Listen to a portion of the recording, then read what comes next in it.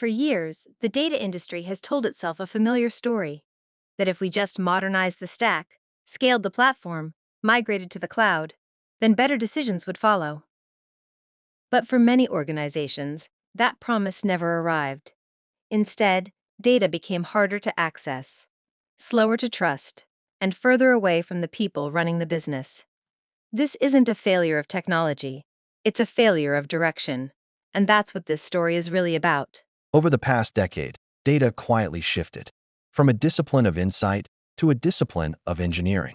Success was no longer measured by decisions improved, but by pipelines shipped, platforms deployed, and tools adopted. We industrialized the plumbing. We scaled complexity. And somewhere along the way, we lost the plot. Even when data existed, even when it was technically accessible, the experience of using it became fragmented, unintuitive, and slow. For the business, it might as well not have existed at all. Data was never meant to be an engineering problem. It was always meant to be a business asset. And the moment we started treating architecture as the goal instead of outcomes, we stopped asking the only question that really matters. Are we helping people make better decisions today? The rebirth of data doesn't begin with a new platform, or a new architecture, or a new buzzword. It begins with a simple shift in mindset.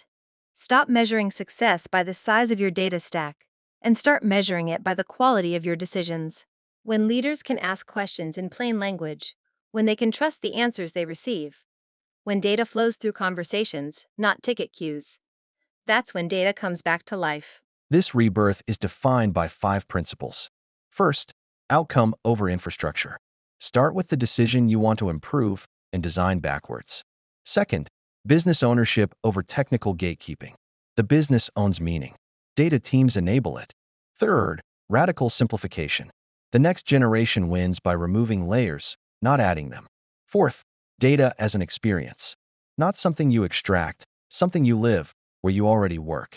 And finally, AI as a multiplier, not a bandage. AI doesn't fix broken foundations, but on strong ones, it accelerates everything. AI isn't the answer by itself. If your semantics are broken, if your foundations are fractured, AI just scales confusion faster. But when meaning is clear, when ownership is with the business, AI becomes a multiplier. It connects intent to insight and insight to action. A reborn data organization isn't bigger, it's sharper. Lean architecture, clear ownership, minimal friction. People don't need training manuals to use it. They don't fear it.